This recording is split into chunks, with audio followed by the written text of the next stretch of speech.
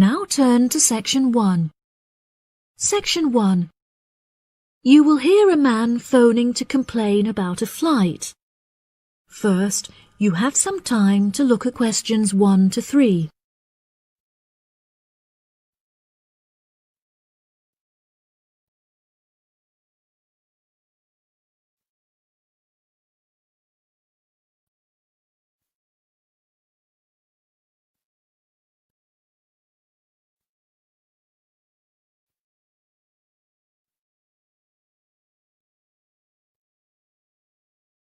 You will see that there is an example that has been done for you. On this occasion only, the conversation relating to this will be played first. Hello, you have reached the complaints department. How can I help you? Yes, hello there. I am phoning to make a complaint regarding a flight that I took with you recently. Okay. There are some details I will need to take from you first. May I have your name, please? Jack Dawson. That's D-A-W-S-O-N.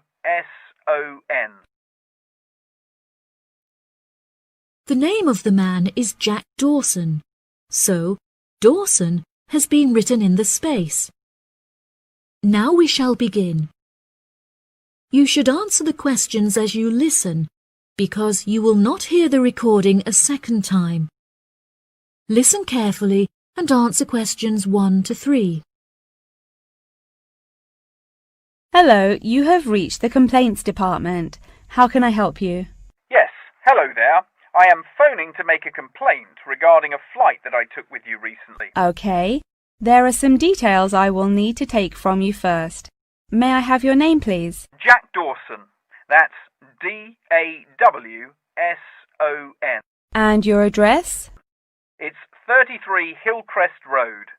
That's Hillcrest. 33 Hillcrest Road. Is that in Exeter? Yes. And what is the postcode of the residence? It's AL698GQ. Thank you. Do you have a telephone number? Yes, the number at my office is 754688. That's good. And may I just take a home phone number for you in case of emergencies? No problem. It's 798662. Are they both local numbers? Yes. Before you hear the rest of the conversation, you have some time to look at questions 4 to 10.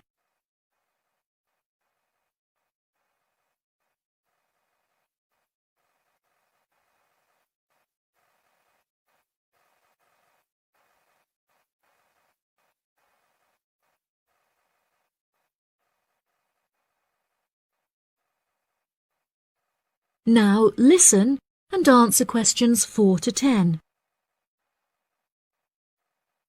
Okay, great. Thank you for your patience.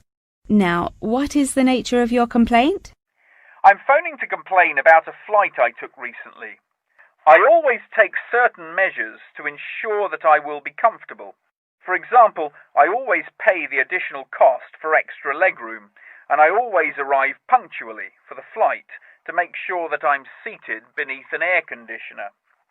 Unfortunately, I was disappointed to find that the air conditioning on the plane was broken, so I spent the entire flight in discomfort as it was too hot and the air was stuffy. I see. I do apologize for this fault with the air conditioning. Now, while I have you on the phone, would you mind answering a short questionnaire regarding your recent flight? Sure. Okay, let's get started. What did you think of the food that was served to you during the flight? I thought that it was inexpensive and quite delicious. However, I was still very hungry afterwards, as it was a very small portion and more of a snack. Providing a snack for lunch is not reasonable. Okay, I have noted that down.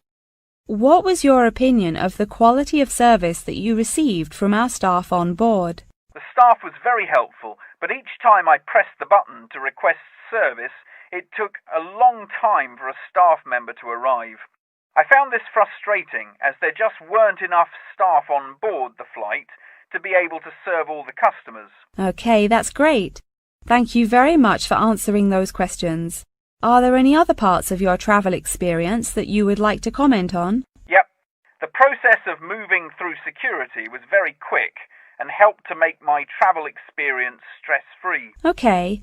Do you have any extra comments on the services you received during the flight? Yes, I thought that the seats were very uncomfortable and looked very old. They were also in need of repair, as the reclined feature on my chair was broken, so I could not go to sleep for the whole flight. Luckily, the entertainment facilities were very good, so I was able to distract myself by watching movies. Thank you so much for taking the time to answer all of my questions. We would like to offer you some gifts as a goodwill gesture, with a 20% discount on the cost of your hotel stay. We also appreciate that international calls to your home country can be expensive, and we are sure that you would like to keep your family updated on your travels. So please accept a phone card which has a credit of £20. Oh, that's really great. Thank you so much for the gifts. No problem. We look forward to having you travel with us again soon. Have a fantastic vacation. Thanks. Bye.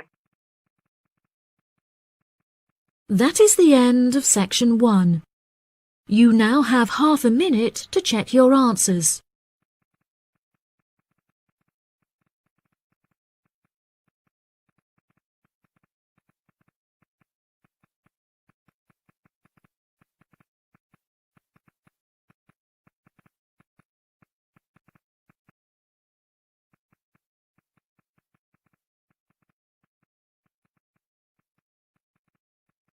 Now turn to section 2. Section 2. You will hear part of a talk given by a member of staff at a car rental company. First, you have some time to look at questions 11 to 16.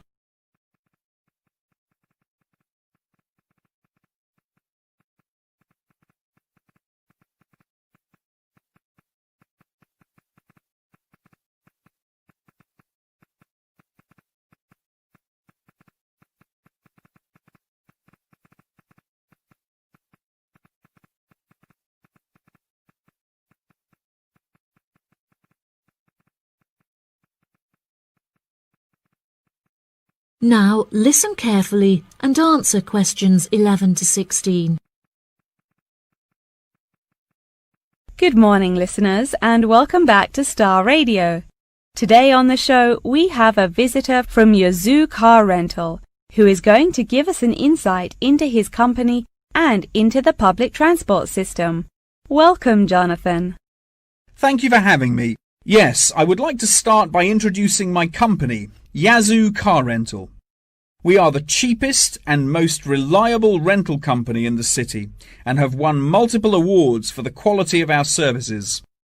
This success did not come easily, however, and it proved important that we stay fresh and are always thinking of ways to attract new customers. Our first attempt to do this was to offer a free gift with every car rental, which we were confident the customers would be very interested in. The offer of a free Hoover with each rental, however, did not attract any new customers, so we quite quickly stopped offering it. In 2002, a new taxi company opened next door to us, and we started losing a lot of business to them. So we introduced an offer that we hoped might compete with their service. We offered a new package where you could rent a car with a driver for a small extra fee. By introducing this offer, we found that all of our customers preferred to drive the cars themselves. So again, this offer was unsuccessful in attracting more customers. Learning from these mistakes, we decided to offer a package service where the customer no longer had to come to our offices to pick up the rental car. Instead, we could drop off and pick up the car anywhere in the city to make the customer's experience a lot more stress-free. This offer was very popular and increased our profits by 30%. In order to attract a younger demographic, we updated the models of cars that we offered for rental. We began offering more trendy cars such as minis and smart cars that we thought might appeal to the younger crowd, and we also purchased them in more fun colours like reds and greens. This offer attracted some new customers of a younger age group, however not as many as we hoped. Next, I decided to offer our services at a discounted price on our website where it could be seen by thousands of people. I thought that this could be a great way to attract a number of new customers who would never have heard of us before, and it worked fantastically well. Following the success of the discount offer, we had so many customers that it became necessary to open a new branch of the company in the centre of the city. The cost of renting offices in the city centre was very high, so we hoped that our profits would justify this expensive decision. We made enough profit to keep our city centre offices open, but we had hoped for a greater increase in customer numbers. Before you hear the rest of the talk, you have some time to look at questions 17 to 20.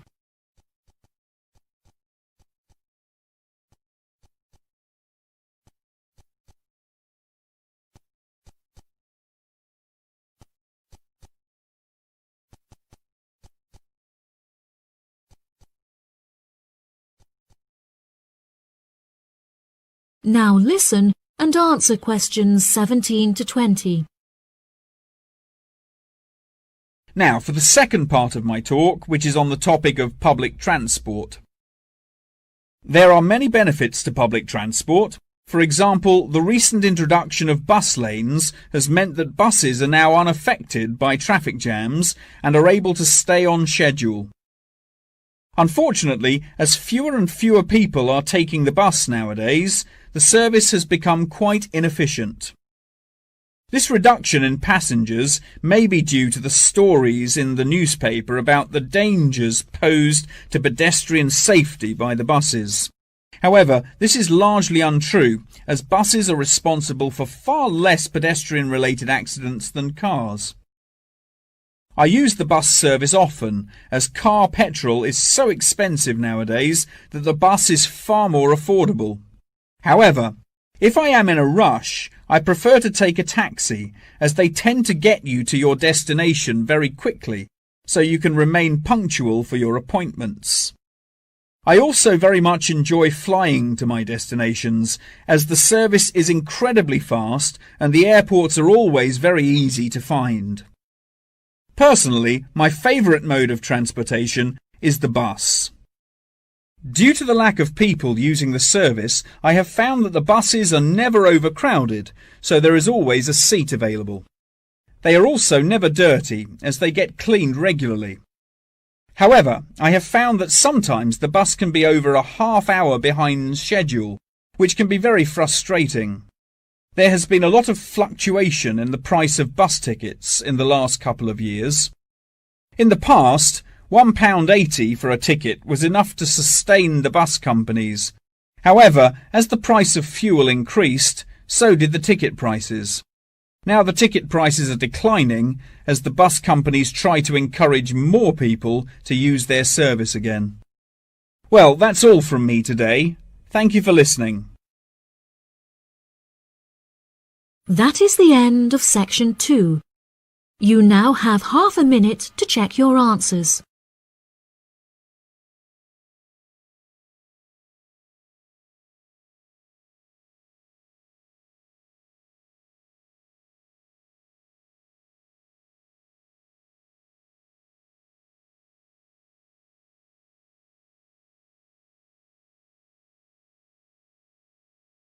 Section 3.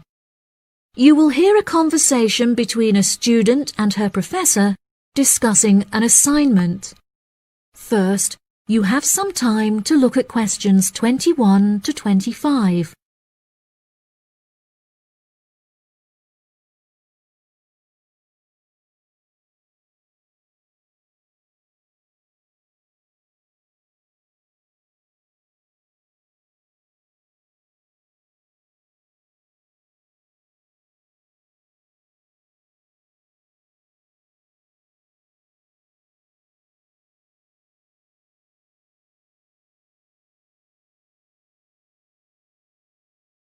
Now listen carefully and answer questions 21 to 25. Excuse me, Dr. Thompson. May I speak to you for a minute? Of course. Please come in. I'm Alexandra Jones. I'm studying business here at the university, and for my assignment I have to carry out a survey of people who own their own organizations.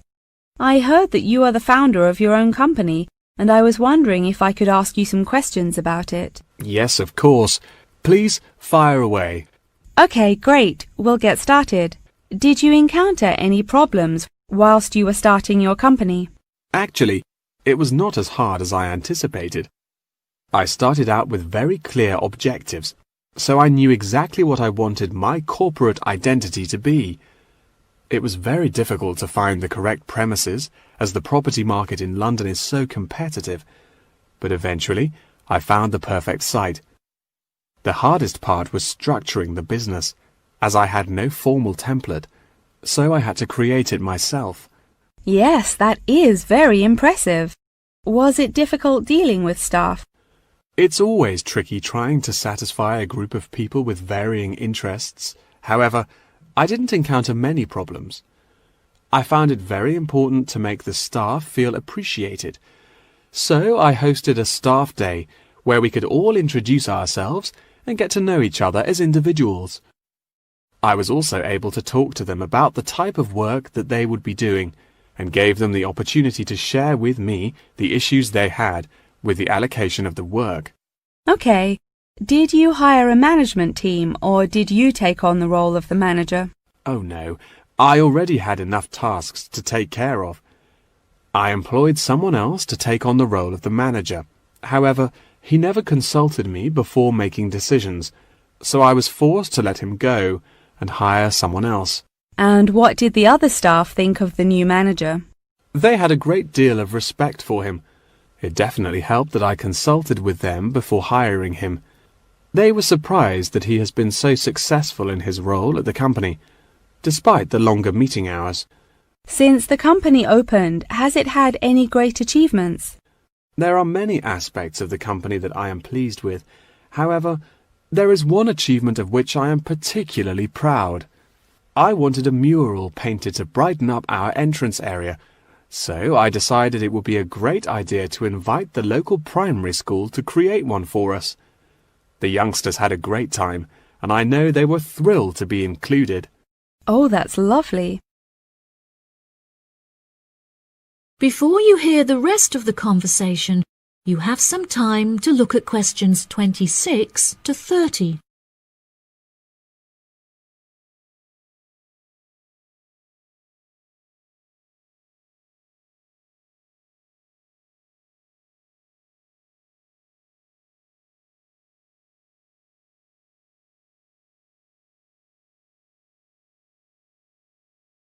Now listen and answer questions 26 to 30. Have you encountered any major problems since you opened the company? Yes, we are always encountering issues with employment because it is very hard to find people who are qualified for the roles that we are offering. But unfortunately, there is no solution to this. One of our administrators also recently left to go on maternity leave, which put us in a tricky situation. However, we have managed to find a temporary replacement for her. It's also now approaching the period when we must carry out our financial training, so I need to find a venue with enough space to hold everyone. It will be interesting trying to organize that event. Oh gosh, I can imagine. I find it hard enough to organize myself. Organization is a difficult thing to master, but it is also essential for success. Whilst I was learning how to stay organized, I realized that the role of motivation is essential. Okay, that's great. I also suggest that you visit the library, as there is a section on culture that will have some very valuable material on how to develop your organization skills. Okay, I'll head to the library when we're finished. I think you will find it very useful. They also have a collection of documentaries on the subject of personal organization, and I suggest that you look up the literature on management of change. I personally found these sources incredibly useful. Articles are also a valuable resource, and we have a whole collection of them in our university library. I advise that you look at Section 2, where you will find articles on the nature of volunteering. That's great. Thank you so much for your help. No problem. That is the end of Section 3. You now have half a minute to check your answers.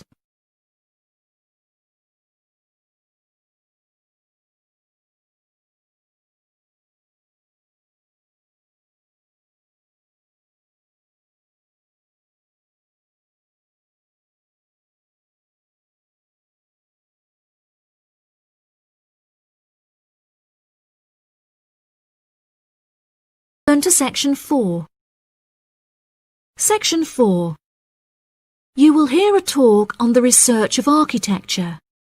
First, you have some time to look at questions 31 to 40.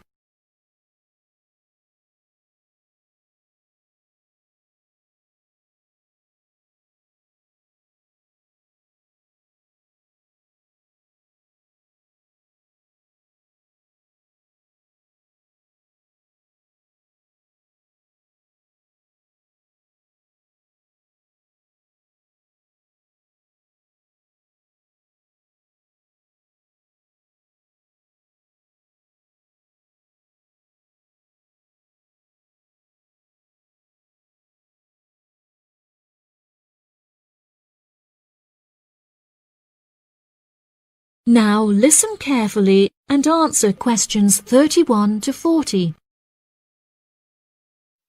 Welcome, class, to your very first lecture in this series on architecture, conducted by myself, Dr. Torben Dahl.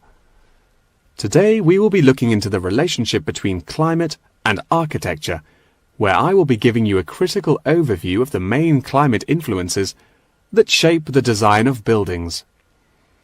Throughout this lecture series, we will be looking at the latest research into climatic design carried out by experts in the field, in addition to case studies and examples drawn from modernist practice, both in cities and rural areas.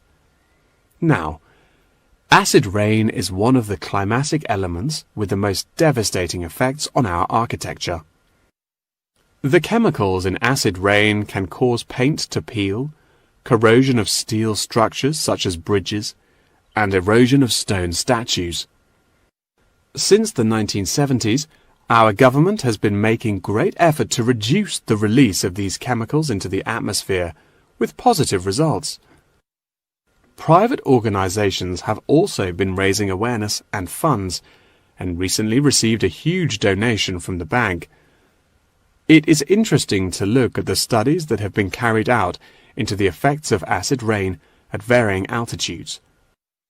Research has shown that there are lower levels of acid in the damaging pollutants at higher altitudes, meaning that skyscrapers are much less vulnerable to the negative effects, as they are exposed to acid rain with far lower levels of damaging pollutants. Recently, the ALTA project was founded to carry out further research into acid rain. This project is directed towards studying the effects of acid rain on old, traditional buildings of stone construction that are vulnerable to damage caused by acid rain. Masonry is particularly vulnerable, as it is easily corroded and weakened by the acidic chemicals. It is imperative that we protect these buildings, as they are valuable examples of our history and culture.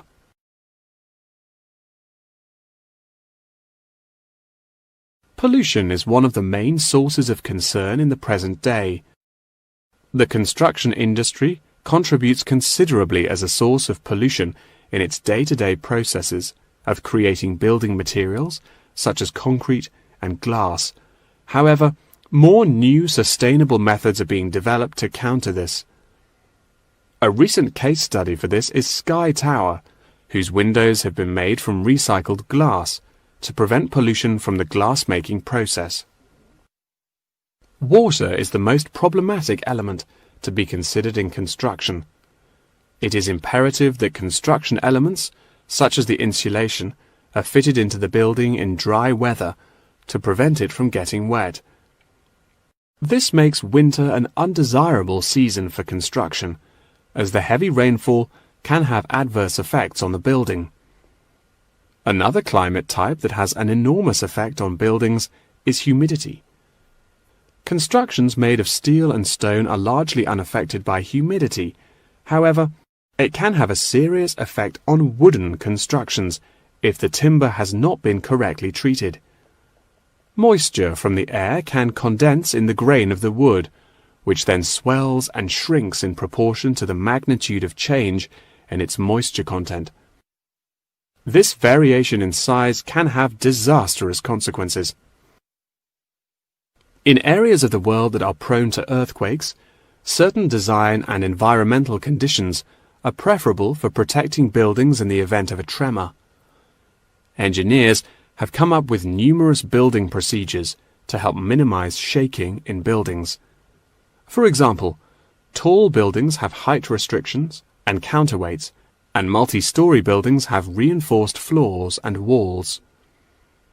Ground conditions are a cause for worry in many constructions, as often the soil is of the wrong density to protect the foundations. Luckily, technology has now been developed that can help to minimize damage by earthquakes.